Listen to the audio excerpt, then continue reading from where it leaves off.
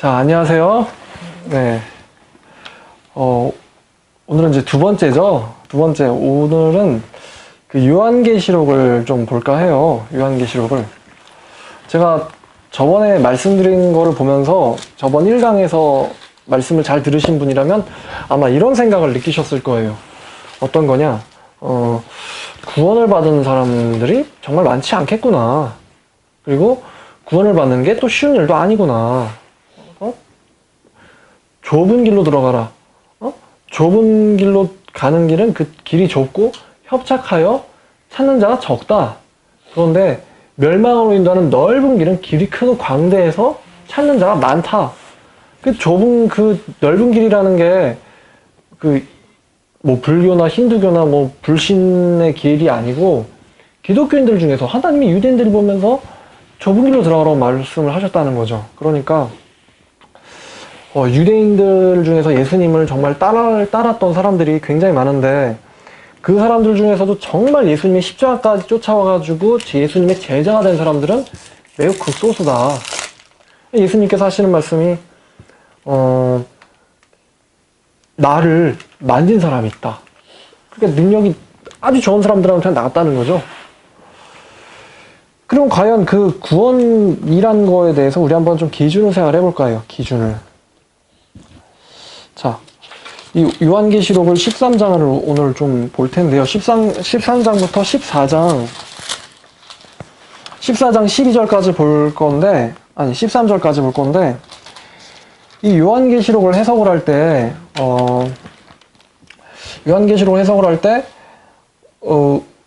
신천지 같은 데서는 이제 자기들만 요한계시록을 해석할 수 있다, 이런 말을 늘어놓는다는 거예요. 근데 이 요한계시록이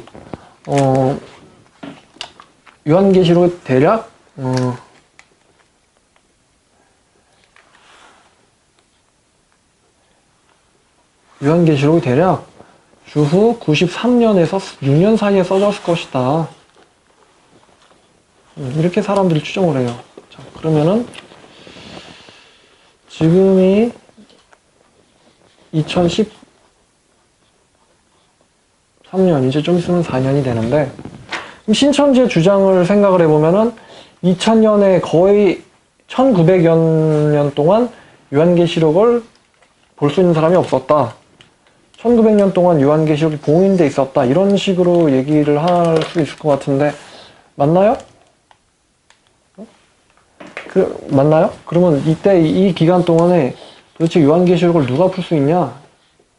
이게 이제 신천지가 얘기하는 거 아니겠어요?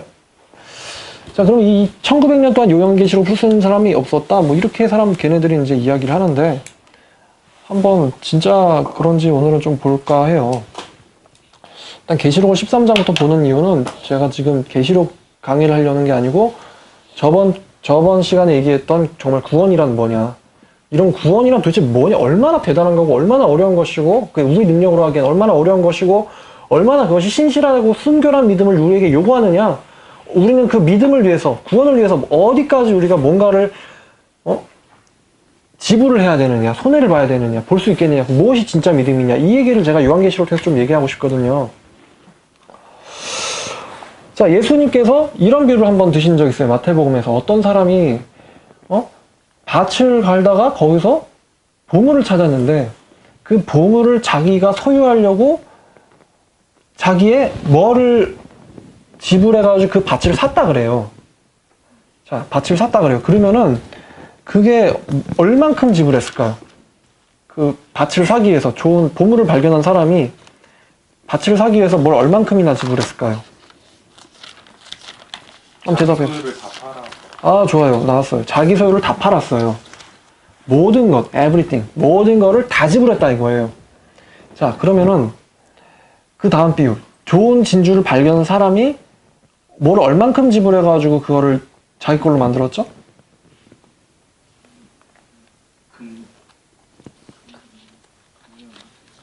거기서도 자기의 모든 소유를 다 팔았어요. 자, 그러면은 한번 누가복음 14장 볼까요? 그 모든 소유가 어디까지 도대체 우리에게 요구를 하는 건지 한번 볼게요. 누가복음 14장 26절.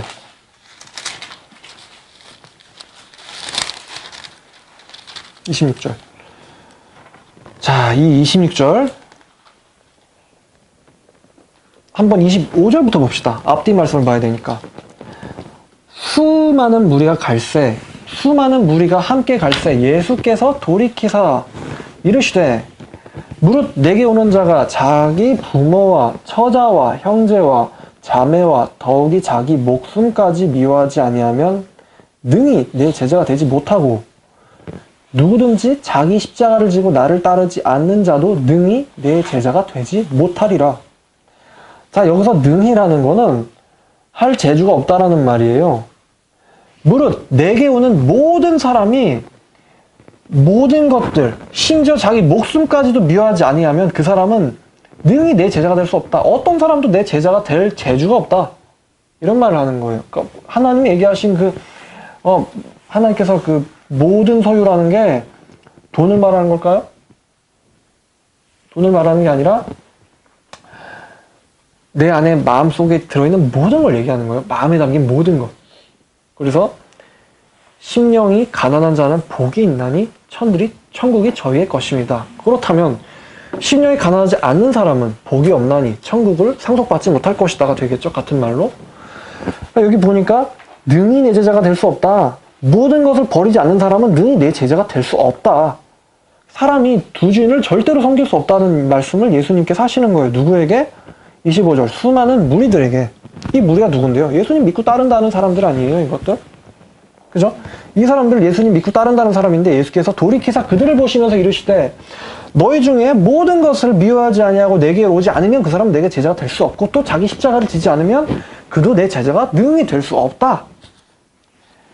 자, 그럼 여기서 이제 우리가 미워하지라는 표현을 가지고 뭐 예수 믿으면 뭐 형제 자매 부모 다 버려도 되고 그런 개념도 없고 예의도 없는 기독교인 종교인이 되라는 거냐? 그게 아니라는 거죠.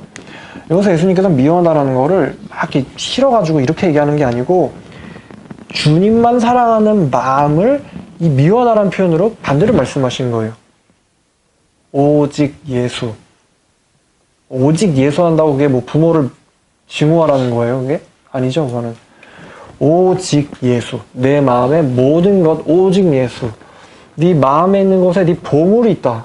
내 마음의 보물이 오직 예수.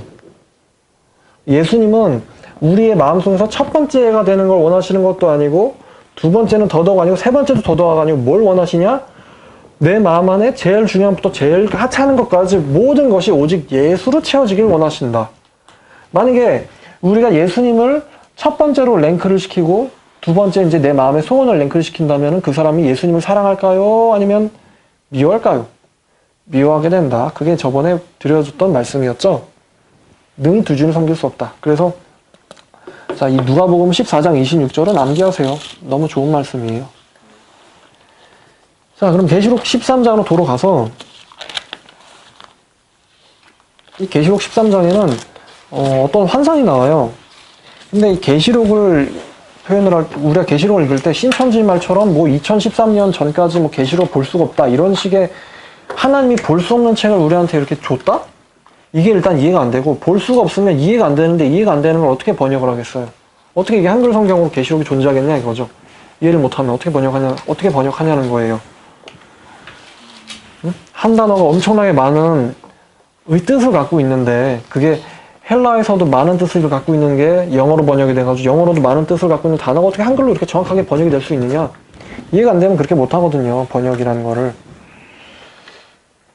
자, 계시록은 이 계시록을 해석하는 입장이 몇 가지가 있어요. 그 중에 이 계시록은 미래에 일어날 일만을 기록한 것이다. 그러니까 이거는 오늘날 우리에겐 상관이 없다. 이런 해석도 있고 아니다. 이거는 과거에 기록된 얘기만 필요하다.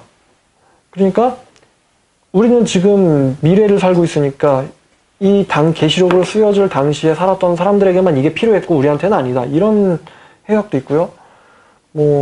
세대주의적인 해석도 있는데 저는 개인적으로 계시록은 입체적으로 해석이 된다고 생각을 해요. 입체적으로. 그러니까 이 계시록이 쓰여질 당시에 로마 제국의 지배를 받았던 그 박해적인 상황 속에서도 믿음을 지켜야 했던 사람들에게 필요한 말씀이었고 또 로마 천주교가 잘못된 교리를 들고 나와서 오직 교황, 오직 교황의 교서, 오직 성례, 행위, 뭐 이렇게 자기를 금욕하고 이렇게 수련하는 그런 행위주의적 구원을 가지고 나왔을 때 또 그런 로마 천주교로부터 핍박을 받는 순결했던 그 프로테스탄트 개혁주의자들, 개혁주의 입장에서 오직 성경, 오직 하나님의 영광, 오직 말씀 이런 것들을 잡았던 사람들이 당했던 핍박 속에서 계시록이 그들에게 어떤 메시지를 던져줬고 그들에게 어떤 위로와 어떤 소망의 확신을 주었을까. 또 이게 또 일제시대 때 정말 하나님만을 사랑하는 한국의 목사님들이 있었는데 그 사람들에게 와가지고 창씨개명해라, 신사참배해라, 황제숭배해라 라고 했을 때 또 그렇게 그런 정말 이렇게 모든 정치적 그다음에 국가적 이런 압력 속에서 압박 속에서도 이 계시록의 말씀을 통해서 100년 전 한 정말 일제 침략기 기간 동안에 90년 전, 80년 전이죠. 그때 어떠한 신앙을 가지고 이 정말 주기철 목사님 같은 순교자가 또 배출되고 또 공산당이 쳐들어왔을 때도 통영 목사님 같은 분이 또 나오셔가지고 그들에게 이제 이 계시록이 어떤 말씀으로 위로를 줬고 어떤 메시지를 던져줬을까. 자, 계시록은 말이죠. 입체적으로 역사예요. 입체적으로.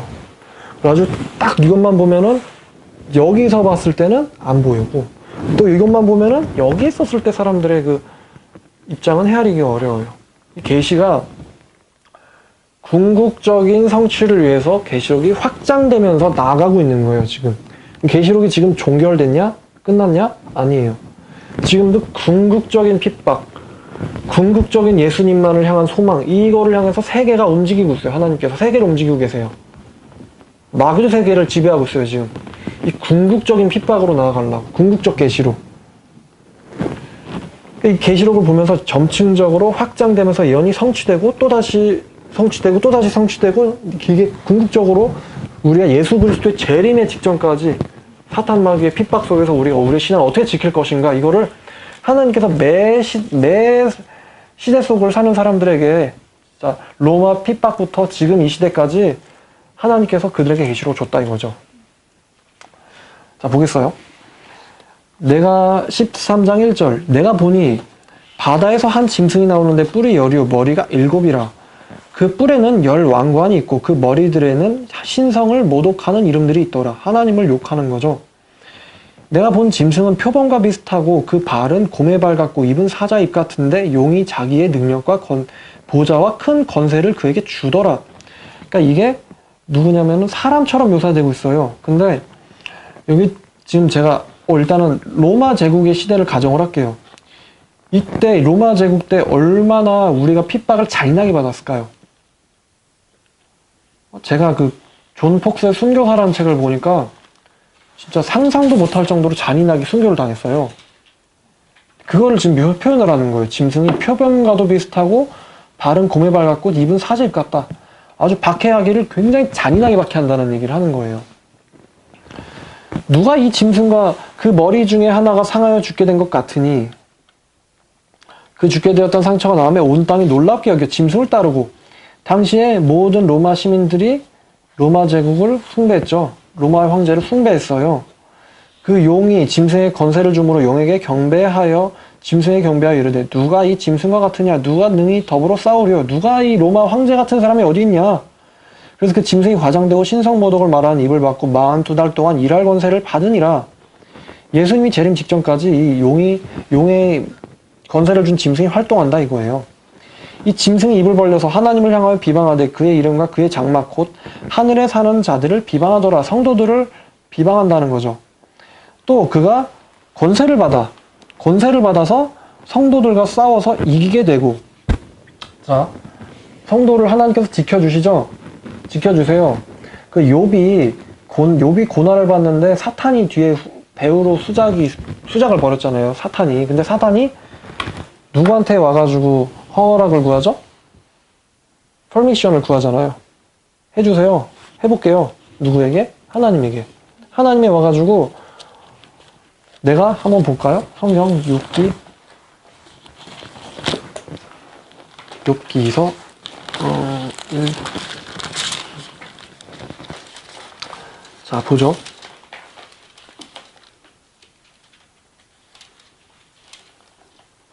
자, 욥기서 1장 12절. 여호와께서 11절부터 볼게요. 이제 주의 손을 펴서 여호와의 손을 펴서 욥의 모든 소유물을 치소서. 그리하시면 그가 틀림없이 주를 향하여 욕하지 않겠나이까. 12절. 여호와께서 사탄에게 이르시되 내가 그의 소유물을 다 너에게 맡기노라. 다만 그의 몸에는 손을 대지 말지니라. 사탄이 곧 여호와 앞에서 물러가니라. 자, 성도를 하나님이 지키세요. 그러니까 성도를 치려면은 사탄이 누구에게 허락을 구해야 되냐? 하나님에게 구해야 되는 거예요. 근데 지금 보니까 요한계시록 13장에서는 이 용이 7절에 13장 7절 용이 그 용의 짐승이 권세를 받아서 성도들과 싸워서 이기게 되고, 이거 이긴다는 건 그냥 투닥거려다가 뭐 이겼다가 아니고 죽일 수 있게 됐다는 거예요. 성도들을 죽일 수 있게 되고, 그리고 각 족속과 백성과 방언과 나라를 다스리는 권세를 받으니, 이게 이 짐승의 세력이 뭐 어디 뭐 부족, 민족 그런 부분적인 세력이 아니라 all nation, 모든 나라예요. 모든 나라가 기독교를 핍박하는 상황을 지금 묘사하고 있어요. 모든 족속과 백성과 방언과 나라를 다스리는 권세를 받았다. 자, 그래서 이제 제가 드리고 싶은 말씀이 8절입니다. 죽임을 당한 어린 양의 생명책에 창세 이후로 이름이 기록되지 못하고 이 땅에 사는 모든 사람들은 다 그 짐승에게 경배하리라. 자, 죽임당한 어린 양의 생명책에 이름이 기록되지 못하고 구원받지 못하고 땅에 존재하는 사람들은 다 그 짐승을 숭배할 것이다. 자, 그럼 여기서 머리가 좋으신 분은 그렇다면은 반대는 이런 건데? 이런 생각을 떠올릴 수 있겠죠.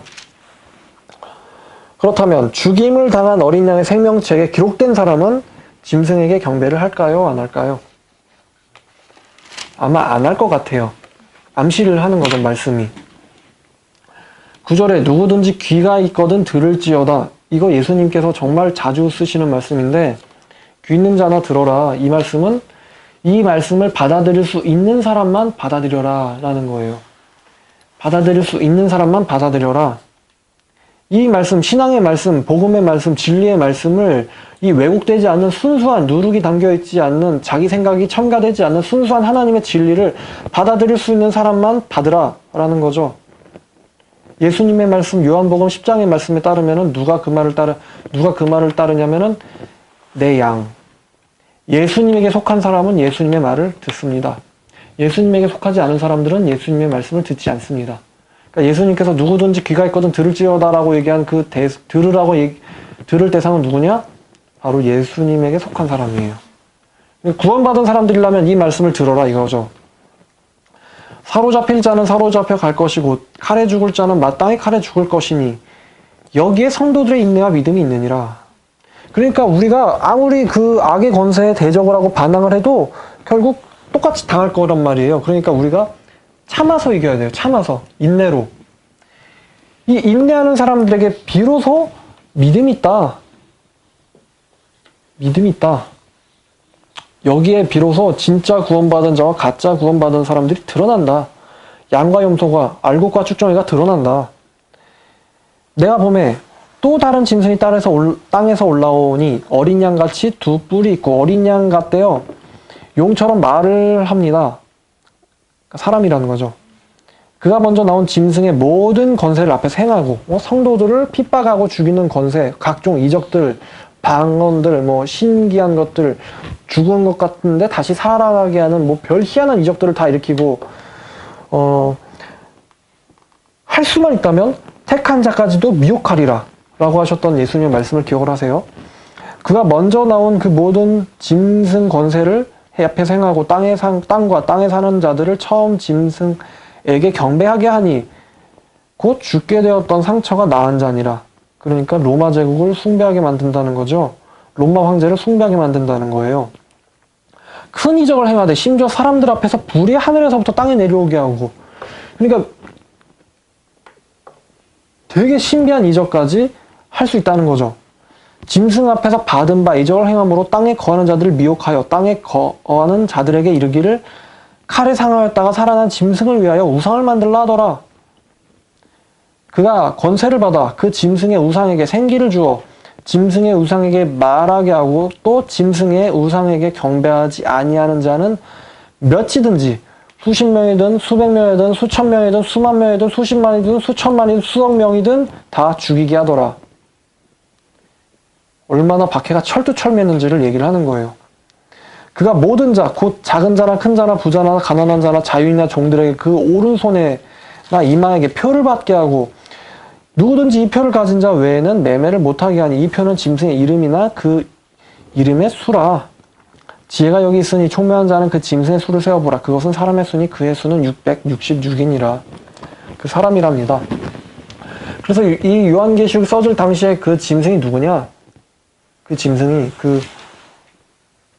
이 사람이 로마 황제였다고 그래요.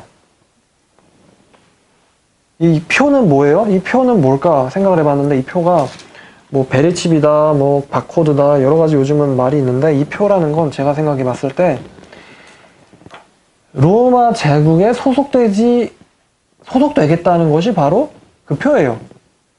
그러니까 누구든지 예수님에게 속하겠다는 사람들은 이 표를 안 받는 사람들이에요. 뭔가를 뭐 손에다 찍어주고 이런 개념이 아니고 나는 세상에 속하지 않겠습니다. 라는 그게 바로 이 짐승의 표를 거절하는 거죠. 반대로 나는 오직 예수님만이 아니라 예수 좋고 세상도 좋아요. 아니면은 세상이 좋아요. 이렇게 얘기하는 사람들이 그 짐승의 표를 받은 거예요. 짐승의 표를. 자, 근데 보니까 우리가 13장 8절에 뭘 봤죠? 생명책에 기록되지 못한 자는 다 그 짐승에게 경배할 것이다. 그런데 이 15절에 보니까 우리가 또 뭘 봤냐면은 짐승의 우상에게 경배하지 아니하는 자는 몇이든지 다 죽이게 하니라. 자, 지금 제가 먼저 어떤 지금 논리를 세우고 있어요. 첫 번째, 생명책 기록되지 못하면은 경배한다. 그 다음에 두 번째, 경배하지 않으면 짐승한테 죽는다. 세 번째가 또 있을 거예요. 14장 또 내가 보니 어린 양이 시온산에 섰는데 그와 함께 14만 4천이 서 있는데 그들의 이마에는 어린 양의 이름과 그 아버지의 이름을 쓴 것이 있더라. 내가 하늘에서 나는 소리를 들으니 많은 물소리와 같고 큰 우레소리와도 같은데 내가 들은 소리는 검은 고 타는 자들이 그 검은 고를 타는 것 같더라.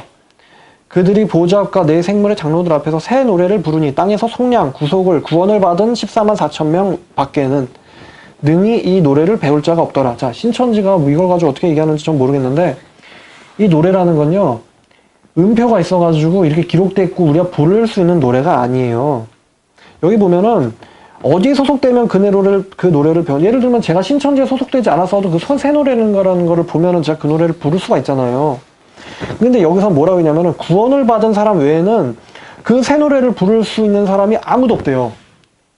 그러니까 이 새 노래를 배울 수 있는 권세가 무슨 공부를 해가지고 뭐 내가 음악을 외워야 되고 뭐 그런 게 아니고 하늘에 달려 있는 거예요. 구원을 받은 자 외에는 이 노래를 배울 자가 없더라. 누가 배우게 하시는 거예요? 하나님께서 배우게 하시는 거예요. 사람이 가르치는 게 아니고. 그럼 이 새 노래가 뭐냐? 여호와를 진정으로 찬양하는 걸 말하는 거예요. 시편 150편에 있는 것처럼 여호와를 진심으로 찬양하는 것. 이거 구원받은 사람밖에 못한다는 거죠. 그게 새 노래예요. 이 사람들은 여자와 더불어서 더럽혀지지 아니하고 순결한 자다. 그러니까 야고보서 4장 4절에 세상을 사랑하는 자가 가늠한 자라고 얘기했는데 이 얘기인즉슨 하나님만 사랑하는 사람이다. 예수님만 사랑하는 사람이다. 그러니까 어린 양이 가는 곳은 어디든지 따라간다. 왜? 예수님만 사랑하니까. 예수님이 사망의 음침한 골짜기를 가셔도 거기까지 따라가는 거예요. 예수님이 박해의 길을 고난의 길을 걸어가셔도 거기까지 따라가는 거예요. 왜? 예수님만 사랑하니까. 사람 가운데 속량함을 받아 처음 익은 열매로 하나님과 어린 양에게 속한 자들이니 그들의 입에 거짓말이 없고 흠이 없는 자들이더라. 또 보니 다른 천사가 공주에 날아가는데 땅에 거주하는 자들과 곧 모든 민족과 종족과 방언과 백성에게 전할 영원한 복음을 가졌더라. 그 천사가. 그가 큰 음성으로 이르되 하나님을 두려워하며 그에게 영광을 돌리라. 이는 그의 심판의 시간이 이르렀음이니 하늘과 땅과 바다와 물들의 근원을 만드신 이를 경배하라 하더라. 또 다른 천사 곧 둘째가 뒤를 따라 말하며 무너졌도다 무너졌도다 큰 성 바벨론이요 모든 나라에게 그의 음행으로 말미암아 진노를 포도주를 먹이던 자루다. 이 바벨론 로마 제국인데 이 로마 제국이 무너졌도다 무너졌도다 외치는 거예요. 자, 19절부터 봅시다.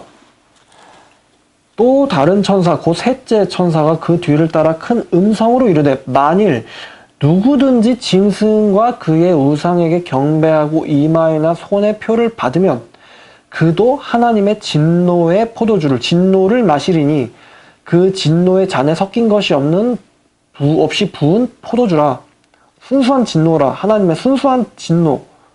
거룩한 천사들 앞과 어린 양 예수 앞에서 불과 유황으로 고난을 받을 것인데 얼마 동안 고난을 받으냐? 11절 고난의 연기가 세세토록 영원히 올라가리로다. 그 짐승과 짐승의 우상에게 경배하고 그의 이름의 표를 받는 자는 누구든지 밤낮 쉼을 얻지 못하리라.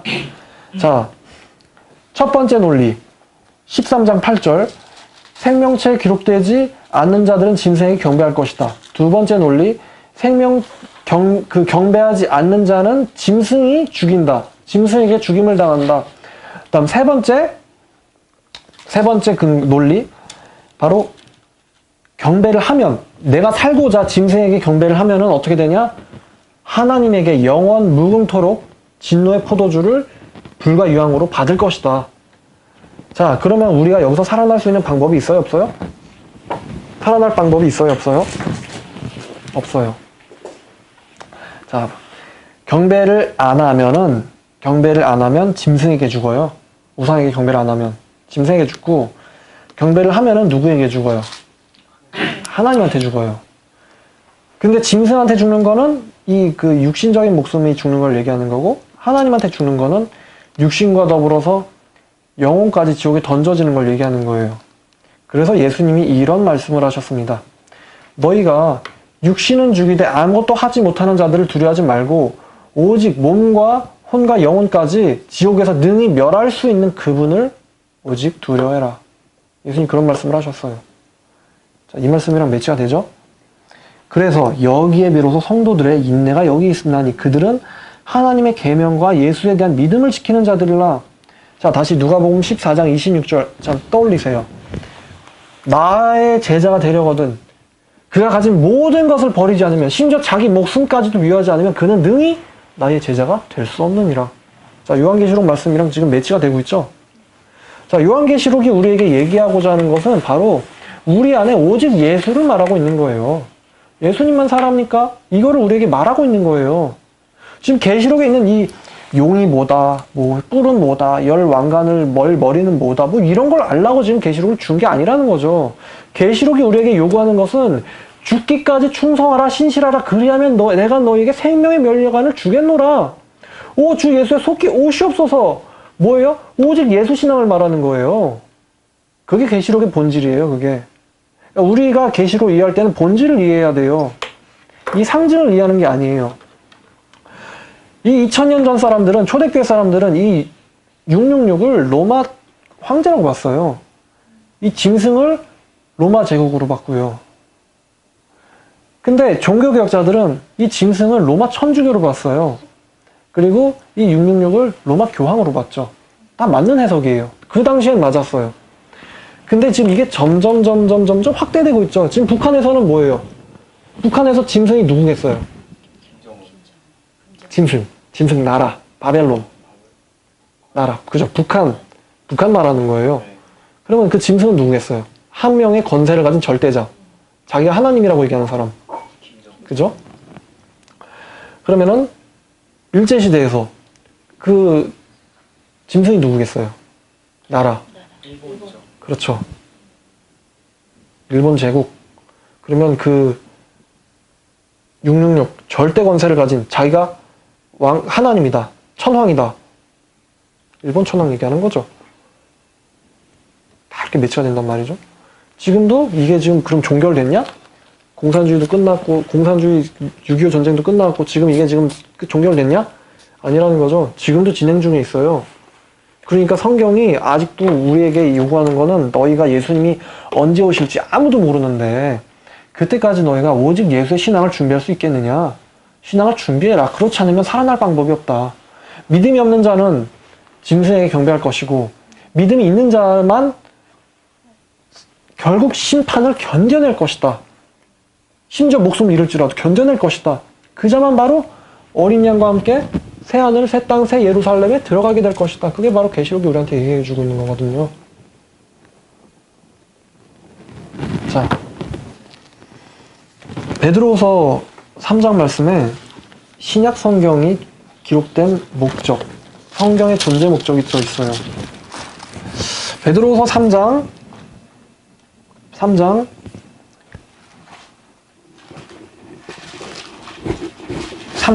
5절부터 볼게요. 아니다. 3장 3절부터 볼게요. 베드로서 3장 3절. 먼저 이것을 알지니 말세에 조롱하는 자들이 와서 자기의 정욕을 따라 자기 하고 싶은 대로 살면서 조롱하며 기독교인들을 조롱하면서 이르되 주께서 예수가 재림한다는 약속이 어디 있느냐? 우리 조상들이 잔으로 만물이 처음 창조된 것과 같이 그냥 있다 하지 않느냐? 하나님이 어디 있어? 이러는 거죠. 이는 하늘이 이쪽부터 있는 것과 땅이 물에서 나와 물로 성립된 것도 하나님의 말씀으로 된 것을 그들이 일부러 하나님의 창조, 하나님의 세상의 섭리하심, 하나님의 재림, 하나님의 심판 일부러 잊으려 함이로다. 이로 말미암아 그때의 세상은 물이 넘침으로 멸망하였을 때 이제 하늘과 땅은 그 동일한 말씀으로 불사르기 위하여 보호하신 바 되어, 보호했다는 게 남겨놨다는 거예요. 지켜준다는 얘기가 아니고. 그 하늘과 땅을 불사를 건데 누구들이랑 같이 불사르냐? 경건하지 아니한 사람들의 심판과 멸망의 날까지 보존하여 두신 것이다. 경건하지 아니한 자들과 함께 심판의 날까지 보존해뒀대요. 남겨놨대요. 그러니까 지금 베드로가 뭘 얘기하냐? 예수만 섬기라는 걸 얘기를 해야겠죠? 사랑하는 자들아, 주께는 하루가 천년 같고 천년이 하루 같다는 이 한 가지 약속을 잊지 말라. 주님의 약속은, 주님의 구원은, 주님이 우리에게 재림하실 거란 약속은 어떤 이들이 더디다고 생각하는 것처럼 더딘 것이 아니라 오직 주님의 사랑 때문에, 은혜 때문에 오직 주께서는 너희에 대하여 오래 참으사 아무도 멸망하지 아니하고 다 회개하기에 이르시기를 원하시느니라. 왜냐? 지옥에 가면 안 되잖아요. 우리가 지옥이 어떤지 어떻게 알아요? 안 가봤는데 모르죠. 지옥의 고통이 얼마나 끔찍한지 어떻게 알아요? 안 가봤으니까 모르죠. 그러니까 너 지옥에 나가라. 이런 욕 절대로 하면 안 돼요. 하나님께서 심지어 김정은이 같은 사람도 이만희 같은 분도 아니라고 얘기하면 안 되겠다. 하나님께서는 그런 악인들을 불쌍하게 여기신다는 거예요. 그 증거가 그들이 지금 살아있다는 거죠. 아직은 기회를 준다는 거예요. 물론 회개는 안 하겠지만. 왜? 그분은 지옥을 아니까. 지옥을 아니까. 지옥에 들어간다는 것이 영원부터 영원까지의 시간 동안 그 인간의 언어로 표현할 수 없는 그 고통 속에 영원히 잠긴다는 것이 어떤 건지, 얼마나 끔찍한지를 아니까, 하나님은.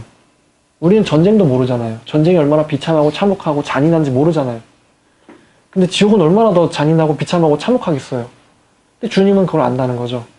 그러니까 주님께서는 아무도 멸망하지 아니하시고 다 회개하시기를 원한다는 거예요. 그래서 참고 계시는 거예요. 지금 당장 주님이 재림해버리시면은 얼마나 많은 사람들이, 예수를 믿는다는 얼마나 많은 사람들이 같이 쫙 갈라져가지고 저 어두운 곳에 가서 길을 갈미 있을까요? 그래서 하나님, 예수님께서 참으시는 거예요. 그러나 분명히 올 거란 말이죠. 주의 날이 도둑같이 오리니 그날에는 하늘도 큰 소리로 떠나가고 물질이 모든 것이 뜨거운 불에 풀어지고 땅과 그 주에 있는 모든 것들이 다 드러나리로다. 다 탈 거라는 거예요. 다 탈 거다. 이 모든 것이 이렇게 타서 풀어지려니 너희가 어떠한 사람이 되어야 되겠냐. 무엇에 대하여? 거룩한 행실, 거룩한 삶과 경건한 모습으로. 그러니까 예수의 형상을 우리가 닮아야 된다는 얘기를 지금 베드로가 하고 있는 거예요. 그러므로 하나님의 날이 이름 임하기를 바라보고 간절히 사모하라. 그날이 오면 하늘이 불에 타서 풀어지고 물질이 뜨거운 불에 녹아지려니와 이 거룩한 행실과 경건함에 이른 사람들에게는 그의 약속대로 의가 있는 곳인 새하늘과 새 땅을 바라보는도다. 그러므로 사랑하는 자들아 너희가 이것을 보나니 주님을 기다리고 있으니 주님을 바라보나니 주님 앞에서 점없고 흠도 없이 평강 가운데서 나타나기를 힘쓰라. 이게 바로 신약 성경의 핵심이에요. 제일 중요한 말씀이에요. 목적의 목적. 바울 서신의 모든 목적도 이 베드로후서 3장 14절이에요. 우리 주의 오래 참으심이 구원이 될 줄로 여기라. 우리의 사랑하는 형제 바울도 그 받은 지혜대로 너희에게 이같이 썼고, 바울 서신이 이렇게 썼다는 거죠. 점도 없고 흠도 없이 평강 가운데서 발견되기를 힘쓰기 위하여 바울 서신을 썼다는 거예요. 사도 바울이. 그의 모든 편지에도 이런 것에 대하여 말하고 있는데 그 중에 알기 어려운 것이 덜어 있어. 무식한 자들, 예수 안 믿는 사람들, 굳세지 못한 사람들, 자기 마음대로 신앙하는 사람들, 세상도 좋아요, 예수님도 좋아요, 구원을 이렇게 왜곡해가지고 순수한 하나님 말씀을 받아들이길 꺼리는 이런 굳세지 못한 자들이 다른 성경처럼 억지로 풀다가 스스로 멸망에 이른다. 이거 바벨론 제국이 남유다 멸망시킬 때 그 사람들이 율법을 알고 있었거든요. 근데도 하나님이 돌아오라고 이사야, 예레미야, 에스겔, 예레미야, 애가 어마어마하게 많은 선지자들을 쓰셔가지고 제발 돌아오라고 막 울고불고 하나님께서 매달렸단 말이에요. 근데 그 말씀 억지로 풀다가 결국 멸망당했죠. 이 예수님 때에도 바리새인, 서기관 바리새인 하나님 말씀 잘 알았잖아요. 근데 그 자기가 알던 말씀을 억지로 풀다가 결국 로마 제국한테 예루살렘이 박살났어요. 그 뒤로 뿔뿔이 흩어졌죠. 2000년 동안. 앞으로도 그렇지 않겠어요? 나 예수 믿어요. 나 교회 다니는데요. 모태신앙이에요. 20년 됐어요. 저 전도사인데요. 그런 게 구원의 징표가 될 수 있을까요? 주님께서 원하시는 그것? 성경은 지금 뭘 얘기하는데요? 성경은 지금 우리 모든 것을 주님에게 드리기를 지금 얘기하고 있어요. 삶까지, 목숨까지, 경건과 행실에 있어서 어떤 사람이 되어야 되겠냐, 너희가. 이게 신약 성경의 핵심이에요. 이게 신약 성경의.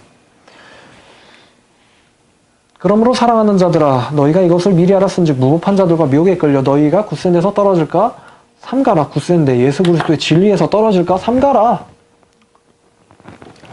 오직 우리 주 곧 구주 예수 그리스도의 은혜와 그를 아는 지식에서 자라가라.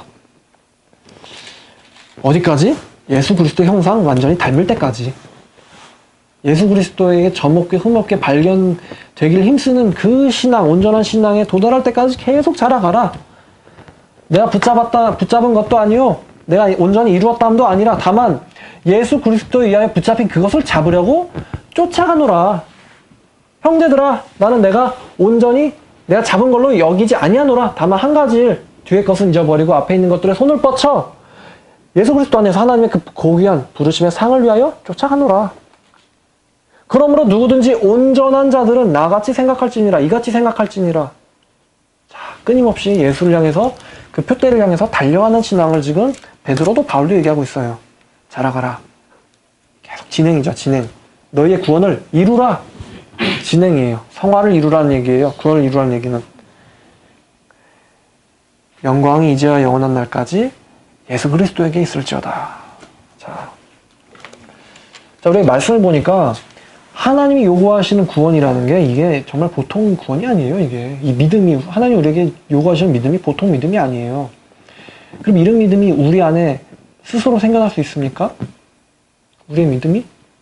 그런 예수님만 사랑하는 믿음이 우리 안에서 자생할 수 있어요? 없어요. 믿음조차도, 우리가 예수님을 믿지만 그 믿음조차도 누가 주신 선물이냐? 하나님이 주신 선물이에요. 성령을 통해서 예수님을 알게 하셔서 우리의 죄악됨과 하나님의 사랑을 알게 깨닫게 하셔서 믿음을 갖게 하시고 다 하나님의 선물이에요. 다. 그러므로 자랑할 자는 주만 자랑하라. 아무 육체도 그 안에서 자랑할 것이 없다. 하나님의 선물입니다. 믿음조차도.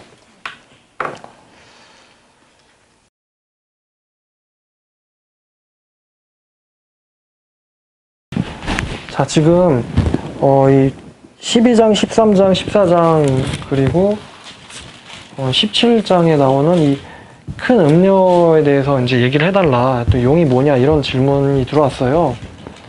그래서 보니까 이게 이제 되게 재밌는 거예요. 용이 짐승.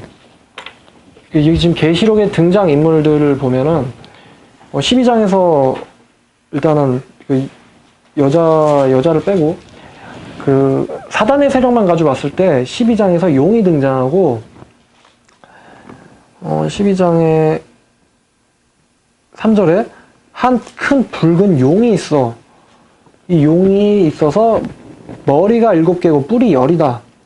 그 여러 머리에 7 왕관이 있는데, 자, 지금 용에 대해서 설명을 하고 있어요. 머리는 7, 뿔은 10, 여러 머리에 7 왕관이 있다. 자, 그게 이제 하늘의 별 3분의 1 끌어다 땅에 던지더라. 이게 이제 용에 대해서 얘기하는 거거든요. 이런 식으로 성경이 묘사하는 거를 봐야 돼요. 자, 그럼 용은 뭐다? 머리는 7, 뿔은 10, 그 다음에 왕관이 7개. 이제 이게 용의 속성이에요. 자, 그리고 이 여자가 있죠? 이 여자. 이건 번외편, 여자는 해를 옷 입었대요. 특징이 해를 입음. 피해를 당했다가 아니고 해를 입고 있다. 그리고 그 발 아래에는 달이 있다. 그 다음에 머리에는 12별 왕관을 썼다. 그래요. 이 여자가 아이를 뵀는데 그 아이가 해산하겠다. 근데 그 아이가 보니까 아이의 속성이 아이가 철장으로 만국을 다스릴 남자.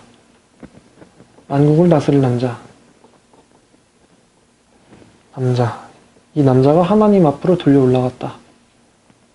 하나님 앞으로 들려 올라감. 자, 그리고 이 여자가 광야로 도망가죠. 그래서 광야에 있어요, 이 여자는. 자, 다시 이 용 쪽으로 와가지고 이 용이 부리는 게 13장 1절, 계시록 13장 1절. 한 짐승이 나오는데 또 이 짐승도 뿔이 10이고 머리는 7. 이고 그 10 왕관이 얘는 또 왕관이 10개네요. 네, 뿔에 왕관이 10개. 뿔에는 뿔이 10이요. 머리는 7이고 뿔에는 10 왕관이 있고 그 머리들에는 하나님을 모독하는 이름이 있더라. 하나님을 모독. 자. 그리고 이제 두 뿔 달린 짐승이 11절에서 나오죠. 얘는 어린 양 같은데, 어린 양 같이 두 뿔이 있고,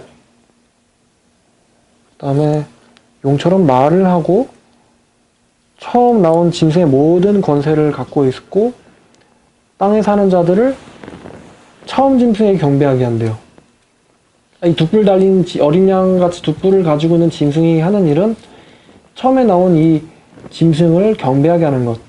이 녀석이 하는 일은 경배하게 함.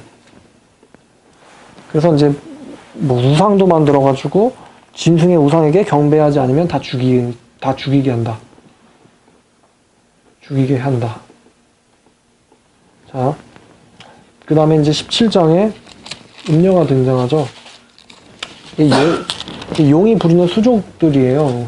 이 용, 짐승, 두뿔난 짐승, 음녀 이렇게 등장인물이 지금 4명이에요. 4명이에요. 음녀가 앉아있는데 보니까 여자가 이 짐승을 타고 있는데 짐승에게 또 하나님의 모독하는 이름이 가득하고 17장 3절 7머리와 10뿔이 있으며 그 여자가 자주빛과 붉은빛 옷을 입고 금과 보석과 진주로 꾸몄고 금과 보석과 진주로 꾸몄고 금잔을 가졌는데 그 금잔에 더러운 것이 가득하다. 이마에 기록되었으니 그 여자의 이름이 비밀이라 큰 바벨론이라 땅과 음녀들의 가증한 것들의 어미라 했는데 이 여자가 어떤 상태냐면은 성도들의 피와 예수의 증인들의 피, 그러니까 기독교인들의 피에 취해 있대요. 이 여자가 성도의 피에 취해 있다. 취해 있다. 근데 이게 되게 기이한 일이다. 되게 이게 기이한 일, 기이하다라는 거죠.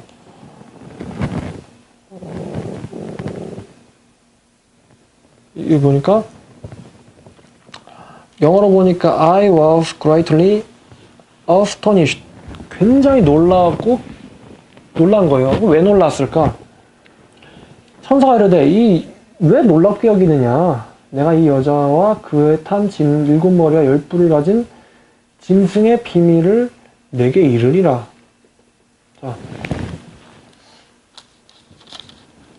그러니까 이 여자가 타고 있는 이 짐승이 처음에 있었던 이 짐승이에요.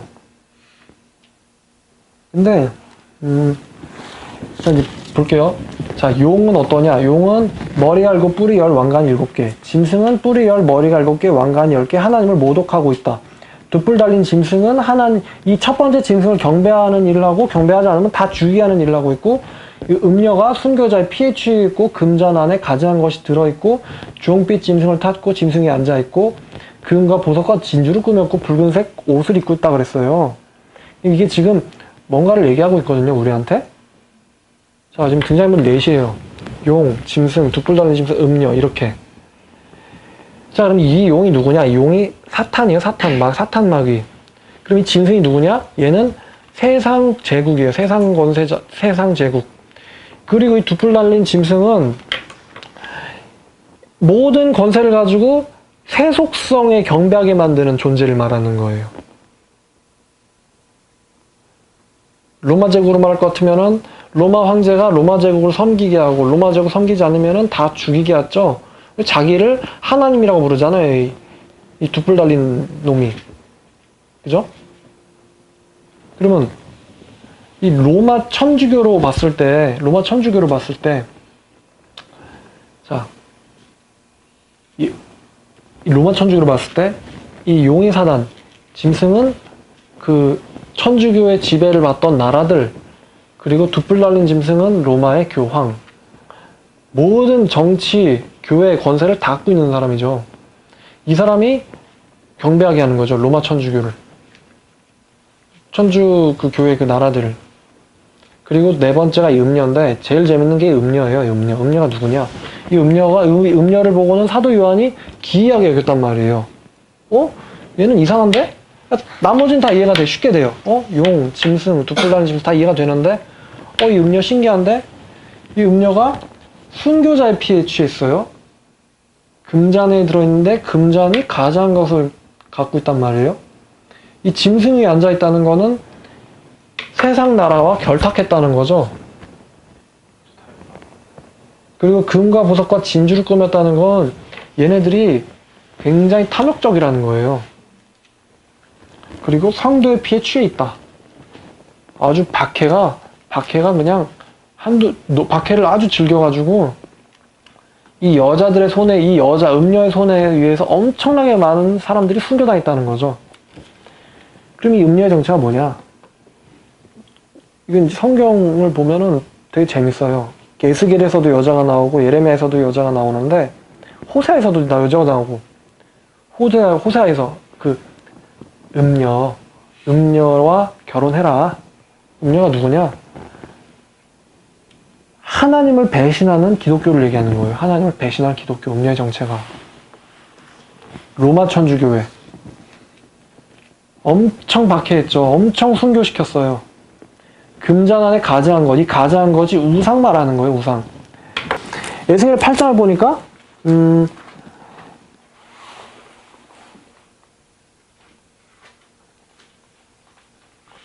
이게 지금 이 에스겔 8장에 지금 이 말씀의 배경이 되는 곳이 예루살렘 성전이에요. 여호와를 섬겨야 되는 예루살렘 성전. 근데 5절 보니 그가 내게 이르시되 인자야 이제 너는 눈을 들어 북쪽을 바라보라 하시기로 북쪽을 보니 그 질투의 우상이 있대요. 그래서 여호와께서 뭐라 말씀하시면 또 내게 이르시되 인자야 이스라엘 족속이 행하는 일을 보고 있느냐?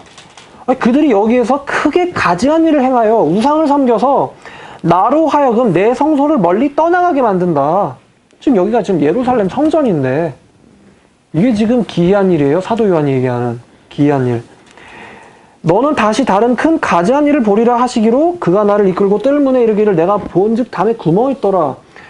그가 내게 이르시기에 인자야 너는 이 담을 헐라 하시기로 내가 그 담을 허니 한 문이 있어.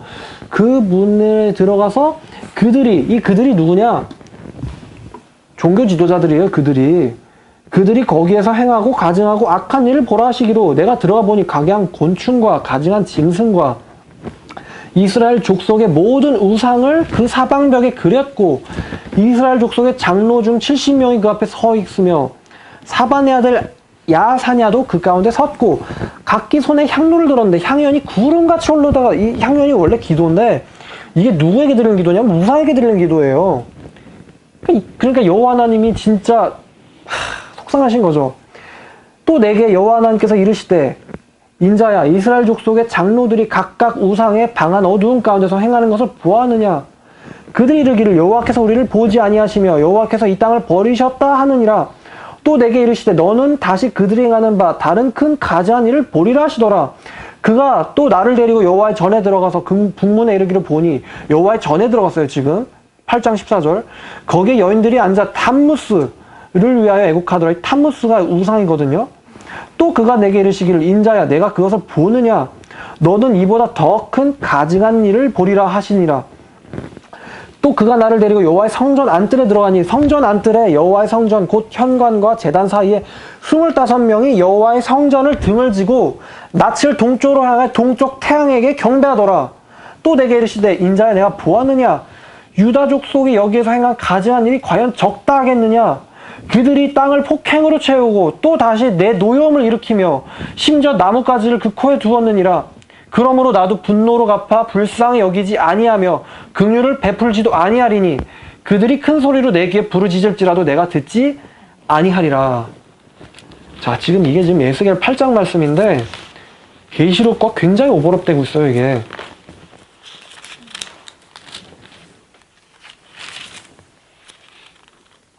자, 요한계시록 18장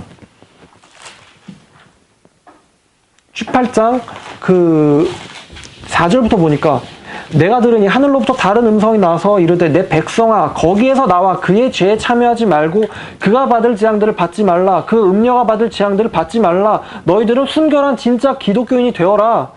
그 음녀의 죄가 하늘에 사무쳤으며 하나님은 그의 불의한 일을 기억하신지라. 가증한 거 섬기는 우상 숭배행위 얘기하는 거죠. 그가 준 대로 그에게 갚아주 그 행위대로 갑절 갚아주고 그가 섞은 자에도 갑절이나 섞어서 그에게 주라. 그가 얼마나 자기를 영화롭게 하였으며 사치하였는지 그만큼 고통과 애통함으로 갚아주라. 그가 말하기를 나는 여왕으로 앉은 자여 과부가 아니라 결단코 애통함을 당하지 아니하리라 하니 그러므로 하루 동안에 그 재앙들이 그녀 음녀에게 이르리니 곧 사망과 애통함과 흉년이라. 그가 또한 불에 살라지리니 그를 심판하시는 주 하나님은 강한 자이심이라.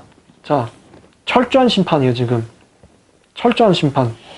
계시록 후반부에 다시 에스겔 8장 18절에 나도 분노로 갚아 불쌍하게 여기지 아니하며 긍휼을 베풀지도 아니하리니 누구에게요? 이 우상을 숭배하는 장로들, 종교인들만 말하는 거예요. 그러니까 이 음녀의 정체가 누구냐? 바로 본질에서 떠나간 기독교 얘기하는 거예요. 본질에서 떠나가면은 누구든지 음녀가 될 수 있어요. 누구든지. 이단도 음녀지요.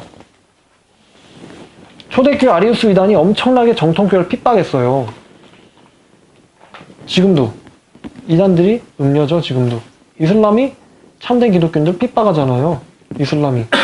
그리고 뭐 신천지 하나님의 교회 말할 것도 없고, 심지어 정통교회 중에서도 하나님만 사랑하는 것에서 떠나 있으면은 그 사람이 여호와의 성전에는 몸은 있는데 누구를 경배하냐? 우상 숭배하는 거예요. 탐무스. 그러니까 정통이라고 안심할 게 아니라는 거죠. 제가 지금 계속 얘기하는 게, 지금 제가 뭐 이단이 나쁘다 이런 얘기 하는 게 아니라, 정통이라는 교회에 앉아 있으면서 여호와의 성전에 몸은 있는데 섬기는 대상이 누구냐? 성경을 창조한 하나님이 아니고 자기 하나님, 자기가 만들어낸 하나님, 기복주의적 기독교,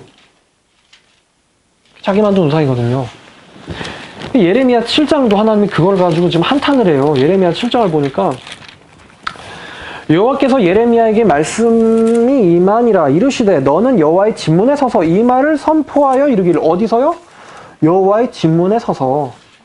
여호와께 예배하러 이 문으로 들어가는 유다 사람들아, 기독교인들아, 여호와의 말씀을 들으라. 너희는 여호와 하나님께서 말씀하시는 것처럼 너희의 행위를 바르게 하라. 너희의 삶을 바르게 하라. 너희의 종교 생활을 바르게 하라. 거룩과 경건과, 베드로서 아까 말씀 봤던 것처럼 너희는 이것이 여호와의 성전이라는 거짓말을 믿지 말래요. 성전이 뭔데요? 기독교인이라는 게 뭔데요? 나 교회 다니는데요, 이런 기독교인이에요? 그게 거짓말이라는 거예요, 지금. 너희는 너희의 길과 행위를 참으로 바르게 하여 이 이웃들 사이에 정의를 행하며 이방인과 고아와 갑부를 압제하지 아니하며, 그러니까 이웃사랑하는 걸 얘기하죠. 예수님 말씀처럼. 무지한 자의 피를 이곳에서 흘리지 아니하며 다른 신들의 뒤를 따라 화를 자초하지 아니하면 예수님만 섬기라 이거예요. 내가 너희를 이곳에 살게 하리니 곧 너희에게 영원 무궁토록 준 땅이니라. 근데 쫓겨나죠. 이 유다 사람들. 보라, 너희가 무익한 거짓말을 의존하는도다. 무익한 거짓말이 뭐냐면요, 자기 신앙 얘기하는 거예요. 저 교회 몇 년짜리인데요? 저 예수 믿는데요? 저 모태신앙이에요. 이런 거 무익한 거짓말 얘기하는 거예요. 저 교회에서 리더예요. 저 교사입니다. 그래서 천국 가는 거예요? 너희가 도둑질하고 살인하며 간음하며 세상 사랑하고 누구든지 이웃을 미워하면은 그 사람은 살인자라고 예수님 말씀하셨는데, 미워하고 세상 사랑하고 거짓 맹세하고 바알에게 세상에게 분양하며 너희가 알지도 못하는 수많은 다른 신들, 돈신, 여자신, 남자신, 뭐 수많은 신들을 찾아 섬기면서 내 이름으로 일컬음을 받는 이 집 여호와의 성전 교회에 와서 내 앞에 서서 말하기를, 우리가 구원을 받았는데 이 모든 가지한 일들을 행하기 위해서 구원을 얻었나이다 라고 고백하냐. 지금 하나님이 지금 어처구니 없다라고 말씀하시는 거죠. 이게 지금 계시록에서 얘기하는 사도 바울이 기이하게 여겼다. 6절을 보면서 내 이름으로 일컬음을 받는 이 집이 너희 눈에는 이 여호와의 집이 도둑들의 소굴로 보이느냐? 이거 누가 하신 말씀이에요? 예수님이 성전 정결케 하시면서 하신 말씀이에요. 여호와의 성전을 도둑들의 소굴로 너희가 만들었도다. 내 집은 기도하는 집이라고 불리리라 하였거늘.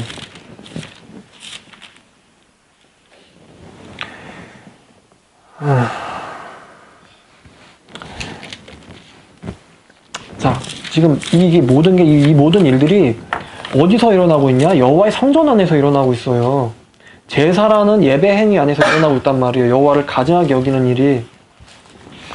그러면 전도서 5장 1절 한번 봅시다. 전도서 5장 1절. 너는 하나님의 집에 경배하러 들어갈 때 너의 발을 조심할지어다. 삼갈지어다.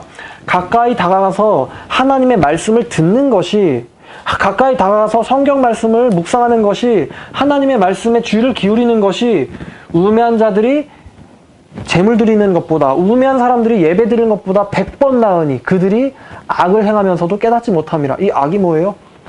예배가 악이에요. 하나님을 모르고 드리는 예배가 악이라는 거예요. 말씀을 듣는 것이 우매한 자들의 예배보다 낫다. 그래서 사도 베드로가 이런 말을 했죠.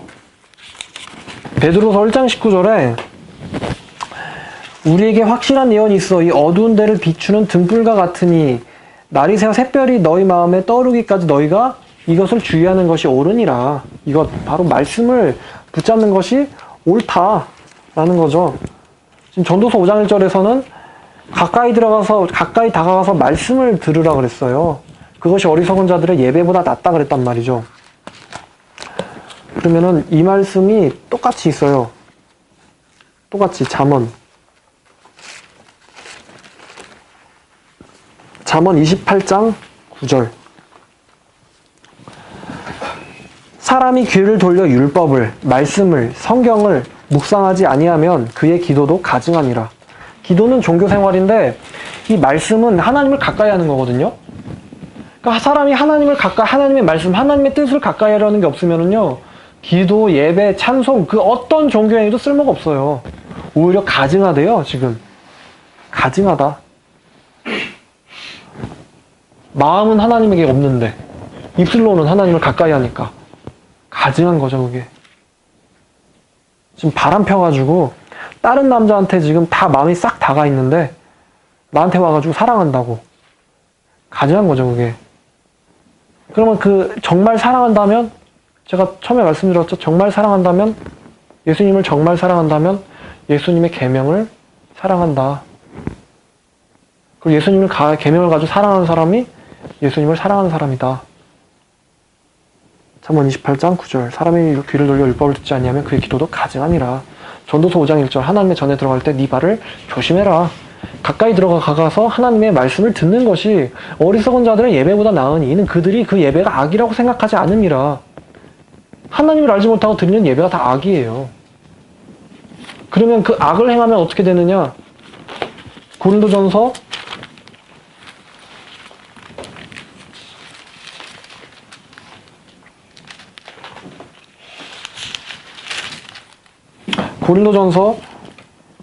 11장 27절부터 그러므로 누구든지 주의 떡이나 잔에 합당하지 않게 먹고 마시는 자는 주의 몸과 피에 대하여 죄를 짓는 것이니라. 이게 지금 성찬만 얘기하는 게 아니에요. 지금 모이는 게 예배를 얘기하는 거예요. 26절에 너희가 이 떡을 잔을 마실 때마다 주의 죽으심을 그가 오실 때까지 전하는 것이니라. 지금 예배 얘기하는 거거든요.